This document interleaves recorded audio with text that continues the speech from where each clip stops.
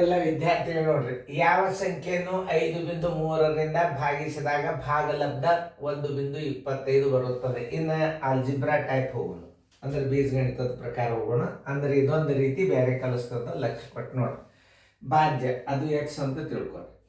ಯಾವ ಸಂಖ್ಯೆಯನ್ನು 5.3ರಿಂದ ಭಾಗಿಸಿದಾಗ ಎಷ್ಟು ಬರ್ತದೆ? 1.25 ಬರ್ತದೆ. ಇಲ್ಲೇ ಭಾಗಾಕಾರದ ದಿಚ್ಚಕ್ಕೆ ಹೋತಂದ್ರೆ ಏನಾಗ್ತದೆ? ಎಕ್ಸ್ = 1.25. ಭಾಗಾಕಾರದ ದಿಚ್ಚಕ್ಕೆ ಹೋತ ಗುಣಾಕಾರ 5.3 ಬರೋಬರಿ. ಇದರೊಂದು ಉತ್ತರ ಯಾವ್ದಾರ ತೆಗೆದಿಟ್ಕೋರಿ, ಮೇಲಿಂದ ಉತ್ತರ ಯಾವ್ದು ಬೇಕಾದ ಇಟ್ಕೋರಿ. ದಶಮಾಂಶ ತೆಗೆದಿಟ್ಕೋರಿ, 66.25 ಇಟ್ಕೊಳ್ರಿ. ಸ್ಥಾನದಲ್ಲಿ ಅನಿಸ್ರಿ 1 2 3 1 2 3.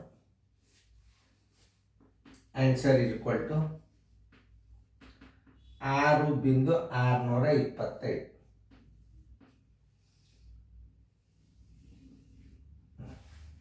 ಇದಂತೂ ಆಯ್ತು. ಇನ್ನು ಮಾಡಿ ನೋಡ್ರಿ. 125 ದಶಮಾಂಶ ತೆಗೀರಿ, ಗುಂಡ್ಲೆ 53 ಇಡ್ರಿ. ದಶಮಾಂಶ ತೆಗಿಬೇಕು, ಗುಣಾಕಾರ ಮಾಡಾಗ ದಶಮಾಂಶ ತೆಗಿ. ಇಲ್ಲಿ ಮಂಕ್ಯವ ನೆನ್ಪಿಟ್ಕೋರಿ. 25 3 75, 1 3 3 ಗುಂಡ್ಲೆ 25 5 125. ಎಲ್ಲ ಬಂತು 1 1 5 5 1 6 5 5 7 5 12 6 6. ಸ್ಥಾನದಲ್ಲಿ ಎಣಿಸ್ರಿ ಎಷ್ಟು? 1 2 3 ಇಟ್ಕೋರಿ. ಆದ್ರೆ ಇಲ್ಲ ಅಂತ ತಿಳ್ಕೊರಿ, 3 ಸ್ಥಾನ ಬಿಟ್ಟು ಹೋಗ್ತಾರೆ. 6.625. ನೀವು ಮಕ್ಕಳಿಗೆ ಹಿಂಗೆ ಕಲಿಸ್ತೀರಿ. ಎಲ್ಲ ಉತ್ತರಗಳು ಸಮನಾಗಿದ್ದಾಗ ಈ ಟ್ರಿಕ್ಸ್ ಉಪಯೋಗ ಮಾಡಿರಿ. ಮತ್ತು ಇಲ್ಲಿ ಉತ್ತರ ಬೇರೆ ಇತ್ತು, ಇಲ್ಲಿ ಉತ್ತರ ಬೇರೆ ಇತ್ತು, ಇಲ್ಲಿ ಬೇರೆ ಇತ್ತು, ಇಲ್ಲಿ ಬೇರೆ ಇತ್ತು, ನೀವು ಹಿಂಗೆ ಮಾಡಿರಿ. ಇದನ್ನು ನೀವು ಕಲಿಬೇಕೆ. ಯಾಕಂತಂದ್ರೆ ನಾ ಹೇಳತ್ತಂದ್ರೆ ಅದೇ ಉತ್ತರ ಮೇಲೆ ಯಾವ ಗಣಿತನೂ ಮಾಡ್ಲಿಕ್ಕೆ ಆಗೋದಿಲ್ಲ. ನಿಮಗೆ ಏನು ಮಾಡ್ತಿರ್ತಾನೆ, ಎಲ್ಲ ಉತ್ತರಗಳು ಸಮನಾಗಿದ್ದಾಗ ದಶಮಾಂಶ ತೆಗೆದ್ರೆ ಉತ್ತರ ಒಂದೇ ಬಂದಾಗ ನೀವು ಇದನ್ನು ಮಾಡಬೇಕು. ಉತ್ತರ ಬೇರೆ ಬೇರೆ ಬಂದಿದ್ದು ನೀವು ಈ ಸಿಸ್ಟಮ್ ಮಾಡಬೇಕು. ಎರಡೂ ರೀತಿ ಗಣಿತಗಳನ್ನು ನಾನು ತಿಳಿಸ್ತೇನೆ. ಯಾವ ಸಂಖ್ಯೆಯನ್ನು 8.3ರಿಂದ ಭಾಗಿಸಿದಾಗ ಭಾಗಲಬ್ಧ ಭಾಜ್ಯ ಭಾಗಲೆ 8.3 = 8.3. ಎಕ್ಸ್ ಬರೋಬರಿ 8.3 ಭಾಗಾಕಾರದಿಂದ ಹಚ್ಚಿಕೋತ ಗುಣಾಕಾರ ಆಗ್ತದೆ 8.3 = ನಾನು ನಿಮಗೊಂದು ಮಾತು ಹೇಳಿದೆ, ಆದ್ರೂ ಎಷ್ಟು ರೀತಿ ಒಳಗೆ ತೋರಿಸ್ತಾನೆ. ಇದು ನಿಮ್ಮ ರೀತಿ. 83ಕ್ಕೆ 83 ಗುಣಾಕಾರ ಮಾಡಿರಿ. 3 3 9 3 8 24. ಇದು ನೀವು ಮಾಡತಕ್ಕಂಥ ಗಣಿತ ಪದ್ಧತಿ, ಇದು ತಪ್ಪಲ್ಲ. ಗುಂಡ್ಲೆ 8 3 24, ಕೈಲ ಬಂತು 2. 8 8 64 65 66. 9 4 4 8 6 2 8 6 6. ಸ್ಥಾನದಲ್ಲಿ ಎಷ್ಟವ? 2. ಆ ಸ್ಥಾನದಲ್ಲಿ ಎಣಿಸ್ಕೊಟ್ಬಿಡ್ರಿ. 68 ಎಷ್ಟು ಬಂತು? 89 ಬಂತು. ಎಲ್ಲರೂ ನೋಡ್ರಿ, 68 89. 68 89. ಇದು ನಿಮ್ಮ ಥಿಯರಿ ಪ್ರಕಾರ. ಎಸ್, ನಾವು ಒಪ್ಪಿಕೊಂಡೆ. ಇನ್ನು ನಿಮಗೆ ನವೋದಯದಾಗ ಇದನ್ನು ಗಣಿತನ್ನ ಹೆಂಗೆ ಮಾಡಬೇಕು? OMR OMRದಾಗ 2 ರೀತಿ ಒಳಗೆ ಮಾಡ್ಬೋದು.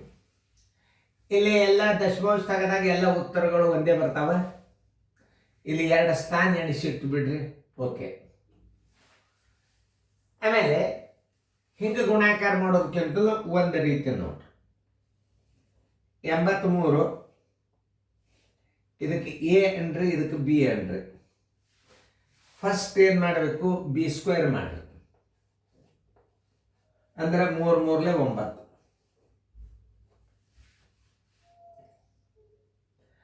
ತಿಳಿತಲ್ಲ? ಆಮೇಲೆ ಏನು ಮಾಡಬೇಕು? A × B × 2 ನೋಡ್ರಿ.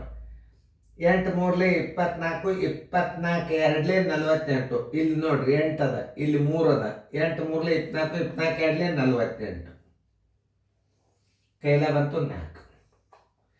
ಲಾಸ್ಟ್ದು ಏನು ಹೇಳಿ ಎ ಸ್ಕ್ವೇರ್ ಹೇಳಿ. ಅಂದ್ರೆ 8 8ಲೆ 64, 1 4 68. 2 ಸ್ಥಾನ ಬಿಟ್ಟು ಬಿಂದು ಇಡ್ರಿ ನೋಡ್ರಿ.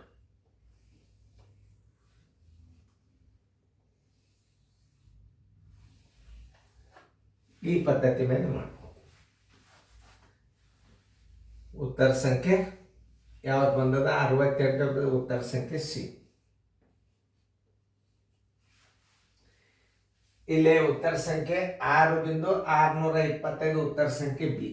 ಏನಾರ ಒಂದು ಸ್ವಲ್ಪ ಇಡಲ್ಲಿ ಹೆಚ್ಚು ಕಡಿಮೆ ಆಗಿತ್ತು ಅಂದ್ರೆ ಒಂದು ಸ್ವಲ್ಪ ತಿದ್ದುಪಡಿ ಮಾಡ್ಕೊರಿ. ಉತ್ತರ ಏನು ತಪ್ಪು ಕಲಿಸಿರಂಗಿಲ್ಲ ನೋಡ್ರಿ. ಇದು ಹೆಂಗೆ ಮಾಡ್ಬೇಕು ಅನ್ನೋದು ನಿಮ್ಗೆ ಗುರ್ತಾತು. ಆದರೂ ಒಂದು ಪದ್ಧತಿ ಪ್ರಕಾರ ಗಣಿತಗಳನ್ನು ನೀವು ಮಾಡಬೇಕು. ಇದರ ರೀತಿ ಪ್ರಕಾರ 101.25 ದಶಮಾಂಶ ಇಟ್ಟೇ ಮಾಡಿರಿ. ನಿಮ್ಮ ಪ್ರಕಾರ ಇರಲಿ 5.3.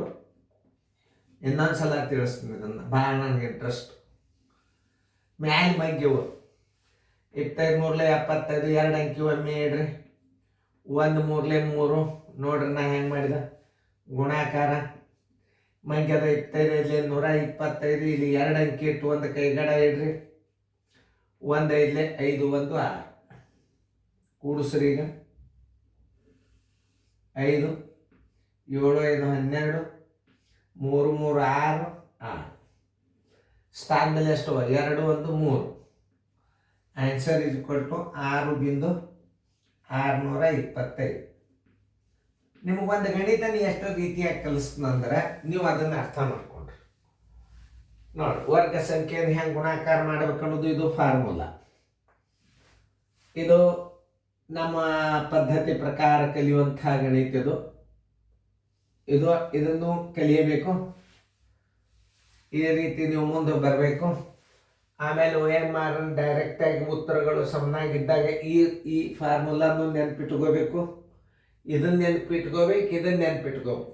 ಇದನ್ನ ಮುಂದೆ ಬರಬಾರ್ದ ಕಡಿಮೆ ಮಾಡ್ಕೊಂಡು ಬಿಡ್ಬೇಕು ನೀವು. ಮುಂದೆ ಎಲ್ಲ ಸರಳ ಲೆಕ್ಕಗಳು, ದಶಮಾಂಶ ಗುಣಾಕಾರ, ಭಾಗಾಕಾರ ಅವು ಮುಂದೆ ಬರ್ತಾವೆ. ಬಂದಾಗ ನಾ ತಿಳಿಸ್ತೇನೆ. ಇದು ದೊಡ್ಡ ನುಕ್ಕರ್ ನಂಬರ್ ಬರ್ಬೋದು ಬಹುಶಃ. ಎಲ್ಲ ಗಣಿತಗಳು ಬರ್ತಾವೆ, ದಶಮಾಂಶ ಗುಣಾಕಾರ, ಭಾಗಾಕಾರ. ಈಗ ದಶಮಾಂಶ ಗುಣಾಕಾರದಾಗ ಬಂದದ, ಈಗ ಭಿನ್ನ ರಾಶಿ ಒಳಗೆ ಬರ್ತಾವೆ. ಮತ್ತು ಅವಾಗ ನಾವು ಹೆಂಗೆ ಮಾಡಬೇಕು ಅನ್ನೋದನ್ನು ಚೆನ್ನಾಗಿ ಫೇರ್ದಾಗ ಬರ್ಕೊಡ್ರಿ ನೋಡ್ರಿ. ಗಣಿತಗಳನ್ನು ಹೆಚ್ಚು ನೋಡೋದ್ರಿಂದ ಬರ್ತಾವೆ.